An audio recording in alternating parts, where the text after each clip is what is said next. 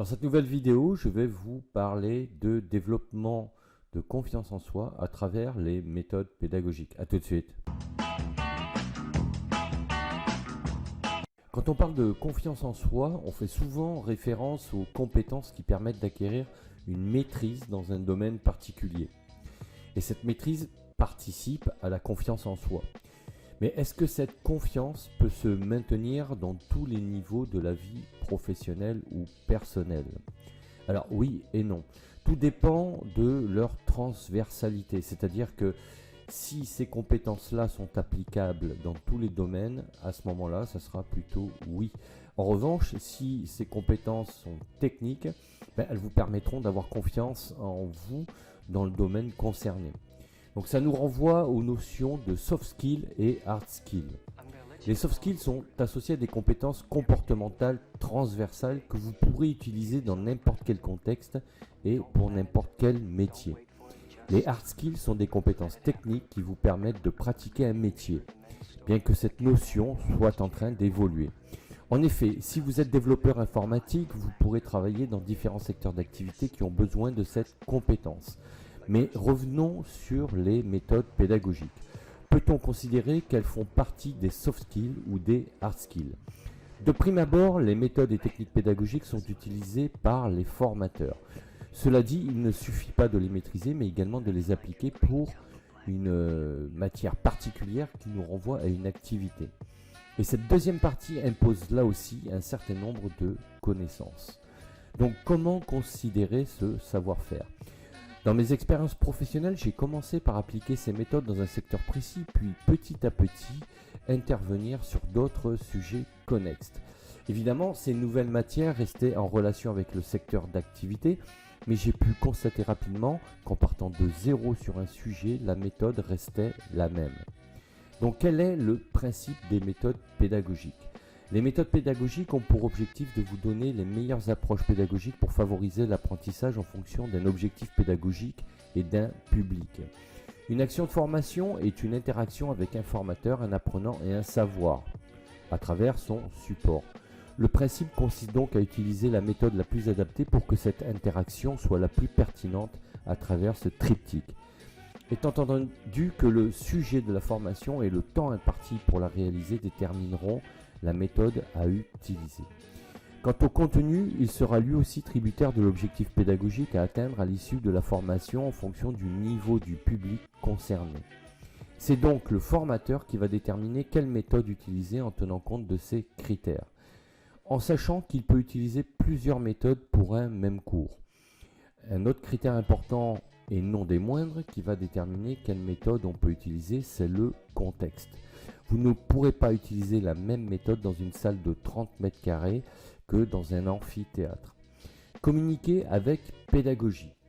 On parle de méthodes pédagogiques, mais elles sont bien des techniques de communication. En communication pure, on parle de prise de parole, de communication interpersonnelle et intrapersonnelle. En communication interculturelle, on évoque la notion de distance sociale entre les individus. Et vous savez quoi? On retrouve toutes ces notions dans la communication avec les méthodes pédagogiques. On y retrouve même le fameux schéma de communication qui permet d'avoir la meilleure interaction possible avec son ou ses interlocuteurs. On y apprend les techniques du questionnement. Vous allez me dire, mais alors, quelle est la différence avec la communication classique? Ce qui change avec les méthodes pédagogiques, c'est que l'objectif, pour un même sujet, on peut avoir donc différents objectifs pédagogiques, mais c'est cette particularité qui fait que, avec les méthodes pédagogiques, vous allez être obligé de déterminer un objectif final à atteindre. Et cet objectif doit être adapté au niveau du public, c'est-à-dire des stagiaires, des élèves ou des apprenants. Une chose est sûre, vous pourrez utiliser ces méthodes aussi bien pour animer une réunion que pour une prise de parole ou une simple présentation. Mais voyons à quoi correspondent ces méthodes pédagogiques si on les intègre dans ce que l'on appelle le profil hanté. Le principe du profil hanté consiste à mettre en évidence les compétences horizontales et verticales d'une personne. En horizontal, on aura les compétences dites transversales et en verticale, les compétences techniques. Exemple de profil hanté. Ici, en transversal, on voit, donc en horizontal, pardon, on voit que l'on a des compétences transversales comme l'organisation, la communication, le management et l'économie, donc des connaissances en économie. Pourquoi ? Parce que ces matières-là sont applicables et vous seront utiles dans n'importe quel domaine en réalité. Alors qu'on voit qu'en vertical, ici dans l'exemple, on voit une compétence de développeur informatique PHP. C'est une compétence spécifique liée à une activité bien particulière. Donc en partant de ce postulat, dans quelle case mettre les compétences pédagogiques ? Pour un formateur, on serait tenté de les mettre en verticale puisqu'elles représentent son cœur de métier. Mais comme pour le développeur informatique, ces compétences peuvent s'appliquer dans n'importe quel secteur d'activité à partir du moment où il s'agit d'une méthodologie. Donc voyons les autres compétences. En précisant qu'au-delà des méthodes pédagogiques, un formateur sait aussi construire un cours en fonction d'un sujet donné. Il sait articuler des séquences de cours en fonction d'un timing à tenir et d'une cohérence pédagogique. Cela signifie qu'il sait également faire des recherches sur un thème, c'est-à-dire se documenter en triant les informations selon leur niveau, en tenant compte des objectifs et du public à qui il devra dispenser son cours. Or, ces autres compétences correspondent à une méthodologie transversale dans tout type d'activité. Savoir spécifique. À partir de là, dans quelle case mettre le savoir spécifique du formateur ? La partie verticale semble plus pertinente puisqu'il s'agit d'un domaine particulier qui correspond à un métier, une qualification, voire qui mène à un diplôme, ce qui caractérise une compétence verticale. Ainsi, on aurait le profil suivant, méthodes pédagogiques en horizontal puisqu'elles peuvent être utilisées dans n'importe quel domaine. Et le savoir spécifique, ça serait le thème que le formateur va présenter dans ses cours et dans ses formations. Si il est formateur, il va parler, je sais pas moi, par exemple, des marchandises dangereuses transportées par voie aérienne. C'est une compétence spécifique. Après, toujours en tant que formateur, il pourra avoir plusieurs savoirs spécifiques qui s'appliqueront dans un même domaine d'activité. Développer sa confiance en soi grâce aux méthodes pédagogiques. Qu'est-ce que ça veut dire ? Est-ce que vous avez envie déjà de devenir formateur ? Peut-être, peut-être pas. On va pas se mentir, si vous décidez d'apprendre ces méthodes pour devenir formateur, votre pratique à travers vos expériences sera un accélérateur considérable pour prendre confiance en vous. Que ce soit pour dispenser vos formations ou dans votre communication interpersonnelle. En revanche, si vous les apprenez pour améliorer votre communication au quotidien et acquérir cette compétence transversale, vous en tirerez des bénéfices sans aucun doute. Vous développerez des aptitudes pour savoir comment communiquer selon votre ou vos interlocuteurs. Vous saurez comment préparer une présentation en fonction du contexte et de votre auditoire. Même pour une simple présentation ou une prise de parole, vous saurez caler votre discours par rapport à un objectif. Votre discours sera structuré et clair. Vous aurez une méthodologie pour faire vos recherches et cibler les informations ou connaissances qui vous seront utiles. Vous apprendrez à en extraire les points essentiels qui serviront votre démonstration. Évidemment, en prise de parole ou en présentation devant un public, vous n'annoncerez pas un objectif pédagogique, mais vous pourrez donner le cap de vos propos en suivant la même logique. De cette manière, vous captiverez plus facilement l'attention de vos interlocuteurs. Vous développerez ainsi les compétences suivantes, et elles sont nombreuses. Savoir faire des recherches d'informations ou de connaissances utiles et exploitables, c'est-à-dire en sachant les trier par rapport à l'objectif que vous aurez pour faire une présentation ou faire un cours. Savoir structurer un sujet et cette même présentation. Déterminer un ou plusieurs objectifs pédagogiques, puisque pour un même sujet, on peut aborder un cours avec des objectifs complètement différents. Savoir annoncer un sujet. Donc il ne faut pas confondre l'annonce d'un sujet et les objectifs pédagogiques. Les objectifs pédagogiques correspondent à l'objectif final que devra atteindre votre auditoire ou vos apprenants ou vos stagiaires. Alors que savoir annoncer un sujet, c'est présenter ce sur quoi vous allez parler tout simplement. Ensuite, vous allez avoir ce que l'on appelle le savoir-faire pour une présentation claire. Ça a l'air évident, ça a l'air simple, mais on voit encore souvent des slides et des supports de cours ou des présentations qui sont surchargés ou peu adaptés et qui ne sont pas très pédagogiques ou très marketing même. Donc le fait d'apprendre ces méthodes-là, ça vous apprend à faire des présentations simples, claires et efficaces. Ensuite, savoir prendre la parole, parce que évidemment, maîtriser les techniques, c'est savoir les appliquer, mais avec la prise de parole. Donc savoir tenir un discours cohérent en gardant l'objectif final en tête et en appliquant toujours la méthode que vous avez choisie pour ne pas sortir de votre propre organisation. Donc savoir prendre la parole en appliquant les méthodes, c'est savoir aussi avoir une certaine discipline et une certaine logique pédagogique. Ensuite, vous allez apprendre à savoir utiliser une méthode qui sera la plus adaptée au contexte et au public. Alors ça sera valable pour faire une formation, mais également pour faire une présentation lors d'une réunion ou d'une prise de parole ou d'un colloque ou d'un séminaire.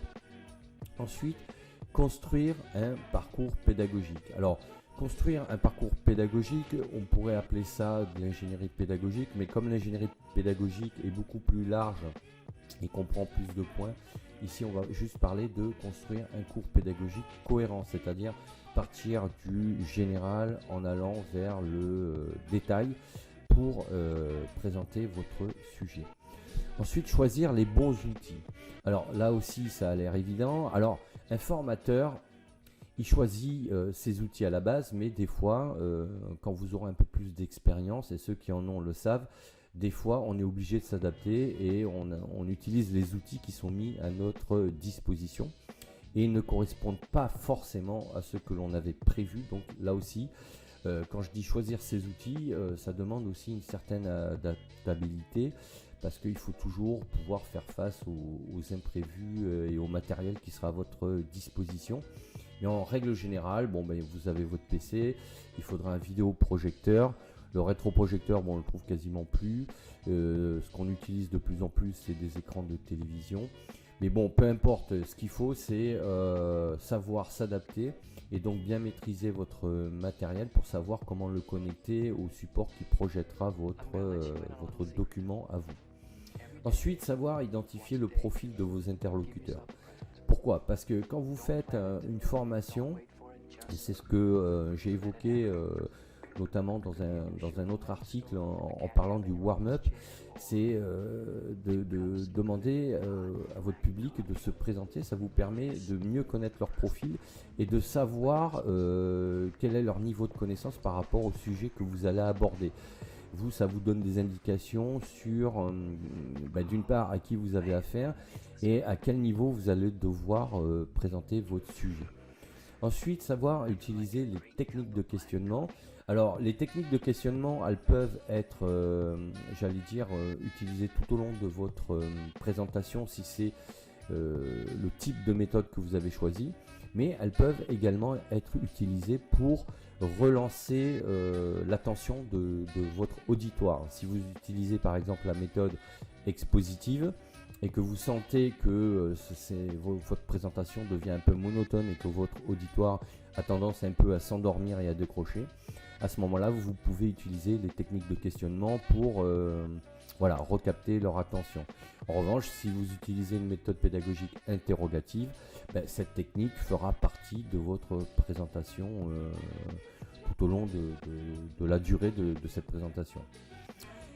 Ensuite, vous allez apprendre à vous organiser parce que savoir faire une présentation, ça implique forcément une certaine discipline. Et pour avoir une certaine discipline, il faut être organisé. Donc là, vous allez apprendre des méthodes d'organisation pour structurer vos documents, pour savoir les classer, les archiver et pouvoir aller les chercher rapidement quand vous en aurez besoin. Et vous avez aussi toute une partie documentaire et administrative qui est assez importante en formation. Et là aussi, vous devrez savoir, alors quand je dis s'organiser, c'est sur votre PC ou dans vos dossiers s'ils se présentent sous forme physique. Mais dans tous les cas, il faudra être extrêmement organisé. Ensuite, savoir écouter. Alors, paradoxalement, quand on parle de communication, on a l'impression souvent Bon, et quelque part, ce n'est pas faux, puisque vous prenez la parole, donc vous vous adressez aux autres, mais c'est aussi savoir écouter. Pourquoi ? Parce qu'en communication, je l'ai déjà évoqué dans d'autres sujets, il y a ce que l'on appelle le schéma de communication, et le feedback, c'est-à-dire le retour de votre interlocuteur sous forme verbale ou non verbale, vous donne des indications, et si vous n'écoutez pas ces feedbacks et ces retours, vous allez à nouveau envoyer un message qui sera en décalage avec sa propre demande. Donc là, vous ne serez pas sur le même canal de communication que lui, et donc votre présentation, vous allez perdre l'attention de votre auditoire. Donc pour rester en connexion avec votre auditoire, qu'il soit des stagiaires ou un simple public qui vous écoute lors d'une prise de parole sur un sujet X ou Y, il va falloir que vous soyez à l'écoute, alors de manière active ou passive, parce que si quand vous êtes en train de parler, si vous voyez que votre auditoire ne réagit pas ou a l'air un peu déconcerté, c'est qu'il y a un problème dans votre présentation. Ou si vous constatez que les gens ne vous entendent pas, ça veut dire que vous ne parlez pas assez fort ou que votre micro est mal réglé. Donc savoir écouter, c'est aussi savoir être à l'écoute et observer. Voilà ce que ça veut dire de manière générale. Ensuite, vous allez apprendre ce que l'on appelle l'assertivité. C'est-à-dire l'assertivité, c'est un comportement, c'est même une compétence qui vous permet de rester assez neutre en prenant du recul avec vos interlocuteurs, puisque vous vous basez sur les faits et vous n'essayez pas ni de convaincre ni de faire adhérer votre auditoire donc au concept que vous présentez. Vous n'êtes pas là pour ça, et vous apprenez ce comportement qui vous permet de mieux négocier et d'optimiser vos relations interpersonnelles avec les autres. Mais j'en parle plus précisément dans d'autres vidéos que je vous invite à aller voir sur ma chaîne également. Ensuite, vous allez avoir l'empathie. Donc l'empathie, je le rappelle, ce n'est pas comprendre, c'est comprendre l'autre, c'est d'essayer de comprendre l'autre, mais sans pour autant valider ce qu'il dit ou ce qu'il pense. Ça ne veut pas dire que vous vous ralliez forcément à ses idées. L'empathie, c'est une démarche qui consiste à essayer de comprendre pourquoi l'autre raisonne de cette manière, pourquoi il prononce ses paroles, pourquoi il s'exprime de cette manière, et pour essayer de comprendre sa perception des choses. Ça vous aide aussi, vous, à trouver son canal de communication pour pouvoir mieux échanger avec cette personne. Voilà, donc maintenant, nous allons voir les leviers de la confiance. Alors, en apprenant quoi dire, comment le dire et avec qui, vous prendrez de l'assurance. Vous améliorez votre aisance relationnelle, que ce soit dans le cadre professionnel ou personnel. Et ainsi, vous modifierez votre mindset, c'est-à-dire votre état d'esprit, en étant plus positif. Et plus vous pratiquerez et plus vous deviendrez bon. Et je vais vous livrer un secret, vous constaterez les lacunes des autres. Car effectivement, en apprenant tout ça, vous allez forcément mieux les détecter, ou même détecter leur absence chez les autres. C'est ce qui vous permettra à vous de réguler votre approche, votre discours, votre manière de vous exprimer. Aussi, ça vous permettra de mieux évaluer les autres. Parce que à partir du moment où vous analysez, vous travaillez votre communication, votre élocution, les techniques que vous allez utiliser, il est logique que chez vous percevrez, chez les autres, vous percevrez ces lacunes-là. Alors, ça ne sera pas pour les juger, mais ça vous permettra, vous, justement, de combler ces manques-là et de réguler votre communication en fonction avec les autres. Donc, en apprenant l'évaluation, ça vous donne aussi de nouvelles compétences pour mieux progresser vous-même. Donc en apprenant ces méthodes, vous serez à même de créer ces évaluations au fur et à mesure, parce que plus vous ferez de présentations, plus vous dispenserez des cours, plus vous mettrez en place des évaluations et plus elles seront pertinentes et performantes. Ensuite, mettre en valeur vos hard skills. Alors, si vous possédez des compétences techniques, vous saurez les mettre en valeur en parlant ou en les expliquant. Donc vous pourrez transmettre vos connaissances selon votre propre cahier des charges et votre personnalité.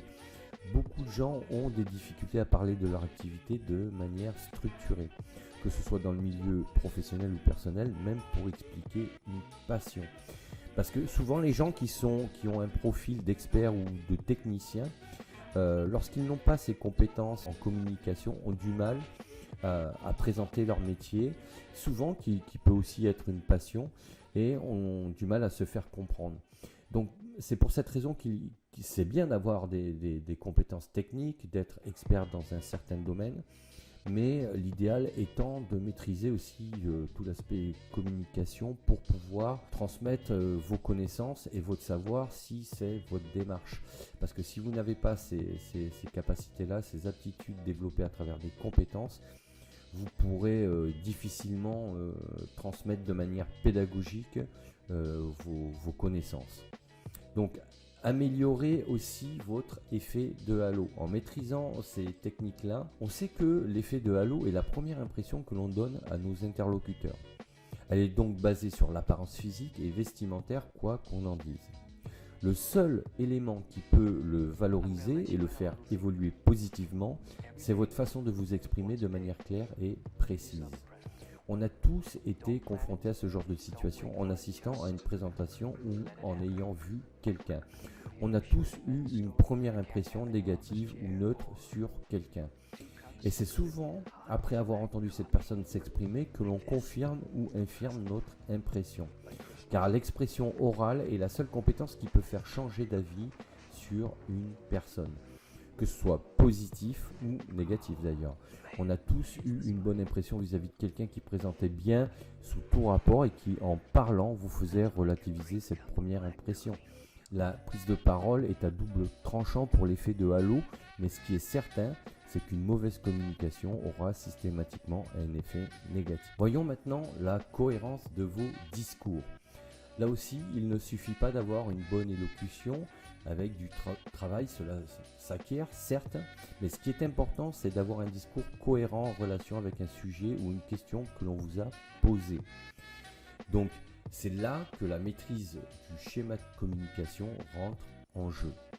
Je ne sais pas pour vous, mais en ce qui me concerne, j'ai souvent été confronté à des gens qui parlent très bien avec une bonne tonalité, un bon rythme de voix, mais au final, leur discours n'a ni queue ni tête ou devient au fil de son déroulement hors sujet.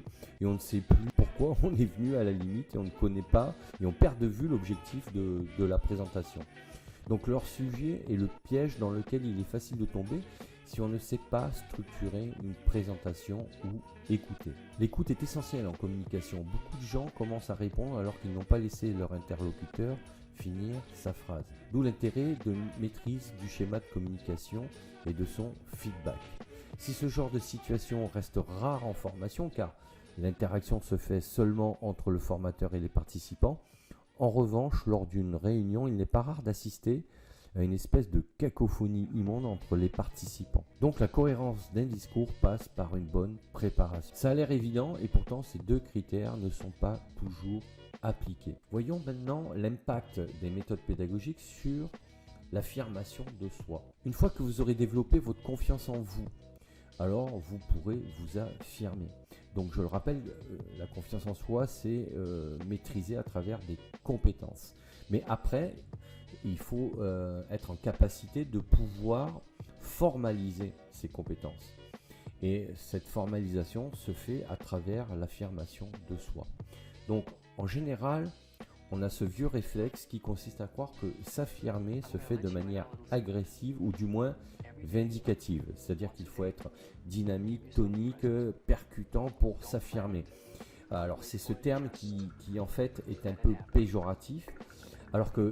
Alors même si dans certains cas c'est nécessaire, tout dépend de votre interlocuteur.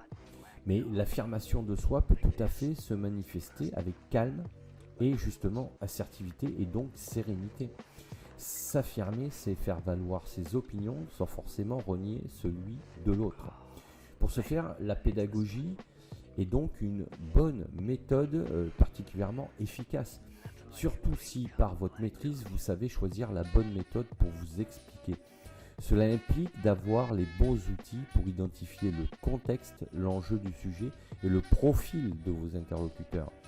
En ce sens, les méthodes pédagogiques vous aideront à vous affirmer avec constance et persuasion. S'affirmer, c'est aussi savoir argumenter.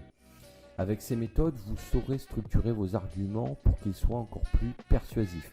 Si l'on prend la méthode démonstrative utilisée en formation, elle représente une technique puissante pour faire justement une démonstration selon une construction déductive structurée. La technique des questionnements permet aussi d'appliquer ce que l'on appelle la méthode de l'entonnoir, technique également utilisée dans le commercial. On constate bien à quel point ces méthodes sont applicables aussi bien pour la confiance que l'affirmation de soi. Maintenant, voyons l'impact de ces méthodes sur l'estime de soi. Même si, pour moi, l'estime de soi est le premier pilier à consolider avant la confiance en soi, il n'en reste pas moins qu'elle est évolutive et se nourrit aussi de la confiance. Donc c'est un échange constant entre les deux niveaux. Et c'est vrai que avoir une bonne estime de soi se renforce en ayant une bonne confiance en soi et inversement. En réalité, les deux notions se nourrissent continuellement. Donc plus vous améliorez votre confiance en vous et plus vous aurez une estime de soi élevée. Alors en améliorant votre communication à travers les méthodes pédagogiques, ça participera forcément à avoir une meilleure estime de soi. Donc les deux sont étroitement liés. Donc en résumé, bien plus que de simples méthodes utiles pour dispenser des cours de formation selon des schémas pédagogiques bien déterminés, les méthodes pédagogiques sont des leviers incontestables pour améliorer sa communication à tous les niveaux. Elles vous donnent une assurance qui développera votre confiance en vous. Vous serez plus serein dans vos relations avec les autres, quel que soit le milieu. Et vous savez quoi ? Vous décoderez plus facilement votre environnement et vos interlocuteurs. Votre capacité à trouver le bon canal de communication des autres augmentera votre aura et vous vous sentirez mieux. Ainsi, vous serez plus serein et moins stressé. Voilà ce que je voulais vous dire sur ce sujet. Si cette vidéo vous a plu, n'hésitez pas à mettre un pouce bleu vers le haut et à vous abonner bien évidemment à la chaîne en cliquant sur le bouton abonner et la petite cloche. Et sachez que vous pouvez également télécharger mon guide Trouver sa voie pour transformer sa vie et mon livre Accomplissez-vous. Je vous mets les deux liens sous la vidéo. Il ne me reste plus qu'à vous dire à bientôt pour d'autres sujets et d'ici là, portez-vous bien. Ciao, ciao.